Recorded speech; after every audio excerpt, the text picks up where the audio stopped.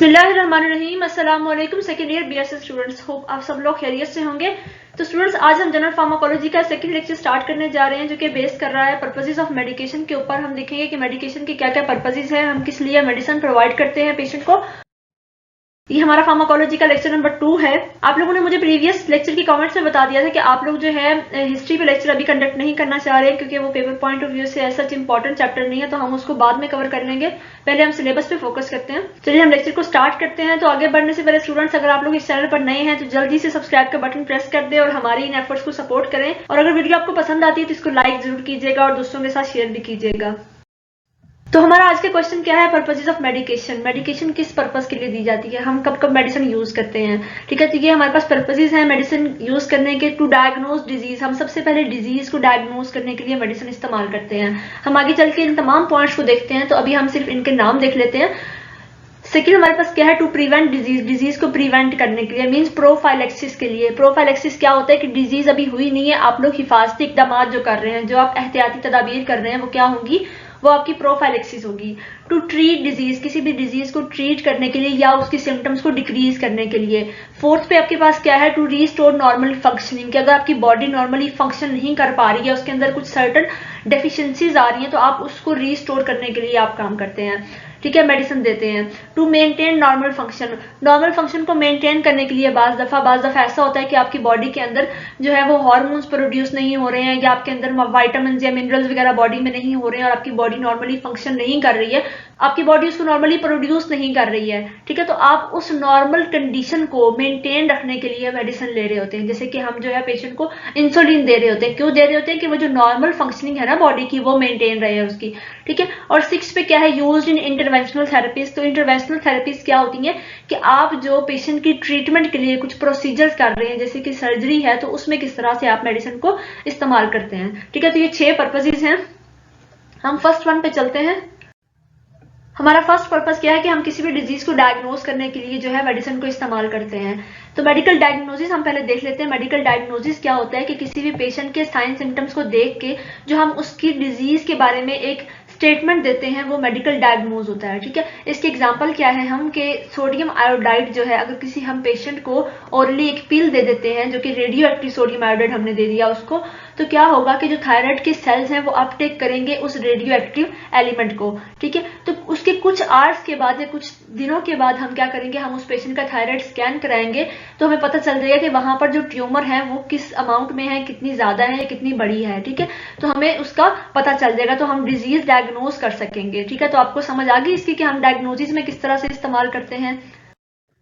Then बच्चों है prevention of disease with medication और ड्रग्स, के हम ड्रग्स के थ्रू जो है वो डिजीज को प्रिवेंट कैसे कर सकते हैं, ठीक है। तो प्रिवेंशन बेसिकली 3 तरह की होती है। प्राइमरी प्रिवेंशन होती है, सेकेंडरी प्रिवेंशन होती है और टर्शियरी प्रिवेंशन होती है। तो हम प्राइमरी प्रिवेंशन देखते हैं। Methods used to avoid occurrence of disease either through eliminating disease agents or increasing resistance to disease, कि हम किसी भी डिजीज की अक्रेंस से रोक रहे हैं, मतलब डिजीज होने ही नहीं दे रहे हैं। किस तरह से, हम या तो डिजीज एजेंट को खत्म कर रहे हैं बॉडी के अंदर से, और दूसरा क्या है कि हम बॉडी की जो रेजिस्टेंस है वो इंक्रीज कर रहे हैं, मतलब हम इम्यूनिटी बॉडी की इंक्रीज कर रहे हैं, ताकि जो भी हमारे पास डिजीज कॉजिंग एजेंट्स हैं वो वहां पे ग्रो ना कर सकें। अब इसकी एग्जाम्पल क्या हो सकती है, हम जैसे वैक्सीनेशन करते हैं, इम्यूनाइजेशन कराते हैं, ठीक है, जैसे कि हेपेटाइटिस बी की वैक्सीनेशन होती है, या जो एक्सपेंडेड प्रोग्राम ऑफ इम्यूनाइजेशन, जो EPI बच्चों को हम इंजेक्शन का कोर्स पूरा कराते हैं, वो क्या होती है, हमारी प्राइमरी प्रिवेंशन होती है, कि हम डिजीज की अक्रेंस को रोकना चाह रहे हैं, ठीक है। देन सेकंड हमारे पास सेकेंडरी प्रिवेंशन होती है। सेकेंडरी प्रिवेंशन क्या होती है कि डिजीज आपको हो गई है, लेकिन अगर उसकी सेवेरिटी को हम खत्म करने के लिए, उसकी सेवेरिटी से बचने के लिए जो हम प्रिवेंशन करते हैं, तो वो हम किस तरह से करते हैं, ठीक है। जैसे देखें कि अगर किसी पर्सन को जो है वो हाइपरटेंशन हो गई है या कार्डियोवास्कुलर डिजीज कोई ऐसी होगी, तो हम उसको सेवेरिटी से बचाना चाह रहे हैं उस पेशेंट को, तो हम क्या करेंगे, हम उसको हाइपरटेंसिव मेडिकेशन देना शुरू कर देंगे, या फिर हम कैंसर स्क्रीनिंग कराना शुरू कर देंगे, कैंसर जो है वो बढ़ तो नहीं रहा कहीं पर, ठीक है। तो हम पेशेंट को सेवेरिटी से बचाने के लिए जो प्रिवेंशन करते हैं, और उस प्रिवेंशन के तौर पर हम उसको मेडिसिन दे देते हैं। देन टर्शियरी प्रिवेंशन हमारे पास क्या होगी कि अगर आपको डिजीज हो गई है, उसकी साइन सिम्टम्स भी अपेयर हो चुकी हैं, तो हम क्या करना चाह रहे हैं, हम पेशेंट को डेथ से बचाना चाह रहे हैं, हम उसको डिसेबिलिटी से बचाना चाह रहे हैं, ठीक है, या हम उसको रिहेबिलिटेटिव ट्रीटमेंट देना चाह रहे हैं। रिहेबिलिटेशन बेसिकली क्या होता है कि हम पेशेंट की थेरेपी करते हैं, वोकेशनल थेरेपी एक तरह से हम इसे बोल सकते हैं। हम इसमें पेशेंट को सोशल स्किल सिखाते हैं, हम उसको जो है activities of daily living perform करना सिखाते हैं, हम उसकी जो हेल्दी लिविंग है उसको मेंटेन करते हैं। तो इसकी एग्जांपल क्या आ सकती है कि हम डिजीज को प्रिवेंट करने के लिए हम कुछ सर्जिकल प्रोसीजर्स कर देंगे पेशेंट के, ठीक है, ताकि क्या हो कि वो उसकी डिजीज जो है वो बढ़ने से रुक जाए, या हम उसको सर्टन ऐसी मेडिकेशन दे देंगे जो उस कैंसर को आहिस्ता आहिस्ता कम करना शुरू करेंगी। जैसे कि हम कीमोथेरेपी देते हैं, ये रेडियोथेरेपिक ट्रीटमेंट हम पेशेंट को देते हैं कि हम उसको आहिस्ता आहिस्ता खत्म करना चाह रहे हैं कि डिसेबिलिटी से हमारा पेशेंट जो है वो बच जाए। देन हमारे पास थर्ड क्या पर्पस आता है, ट्रीटमेंट ऑफ डिजीजेस। हम किसी भी डिजीज को ट्रीट करने के लिए मेडिसिन इस्तेमाल करते हैं, ठीक है। Drugs are used for the treatment of disease और to decrease the related symptoms like pain, temperature और लॉस ऑफ फंक्शन। हम इनको कम करने के लिए जो है हम मेडिसिन इस्तेमाल करते हैं। देखिए ना, किसी को सर में दर्द होती है, हम फौरन से क्या कहते हैं, 2 पैराडोल ले लो। क्यों? क्योंकि हम उस जो है पेन उसको रिलीव करना चाह रहे हैं, ट्रीट करना चाह रहे हैं हम उसको, ठीक है। For example, to treat any infectious disease cause by bacteria antibiotics are used. कि बैक्टीरिया की वजह से अगर कोई डिजीज हो रही है तो हम क्या देंगे, एंटीबायोटिक देंगे। अगर किसी को बुखार हो रहा है तो हम उसको एंटीपायरेटिक दे देंगे, ठीक है। पैरेक्सिया बेसिकली फीवर को बोलते हैं, तो हम अगर किसी को बुखार हो रहा है तो हम क्या करेंगे, हम पैरासिटामोल दे देंगे, ठीक है। और अगर किसी को बहुत ज्यादा पेन हो रहा है तो हम ओपियोइड दे देंगे, जैसे कि मॉर्फिन है, हम उसको पेन किलर दे देंगे, ठीक है। तो डिजीज को ट्रीट करने के लिए भी हम मेडिसिन को इस्तेमाल करते हैं।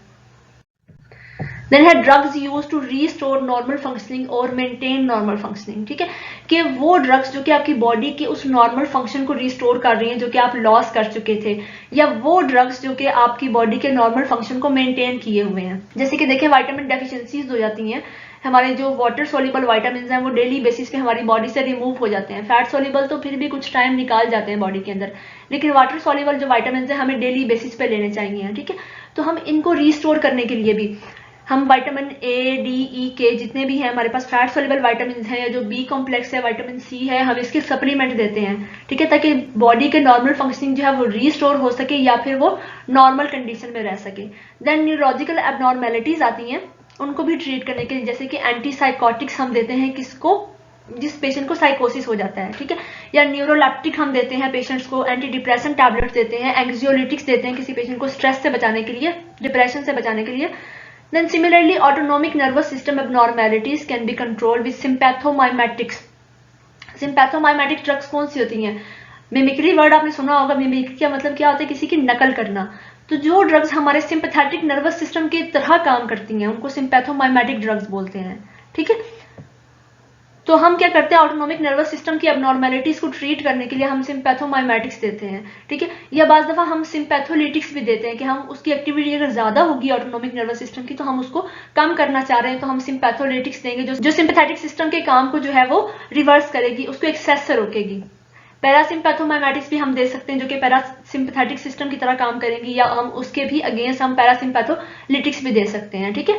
तो हम ये नॉर्मल फंक्शनिंग को रीस्टोर करने के लिए कर रहे होते हैं, या फिर उस नॉर्मल फंक्शनिंग को मेंटेन करने के लिए कि जो खराब होती जा रही है हम उसको एक नॉर्मल लेवल पर लाना चाह रहे हैं। यहाँ पे इसके अलावा आप इंसुलिन की भी एग्जांपल ले सकते हैं कि इंसुलिन क्या करती है, बॉडी के अंदर ग्लूकोज को मेटाबोलाइज करने में काम करती है, ठीक है। तो अगर किसी पर्सन के अंदर इंसुलिन प्रोड्यूस नहीं हो रही है तो क्या होगा कि उसकी बॉडी के अंदर जो है वो ग्लूकोज का ब्लड के अंदर जो कंसंट्रेशन है वो बढ़ती चली जाएगी, जो कि बॉडी के लिए बिल्कुल भी बेनिफिशियल नहीं है।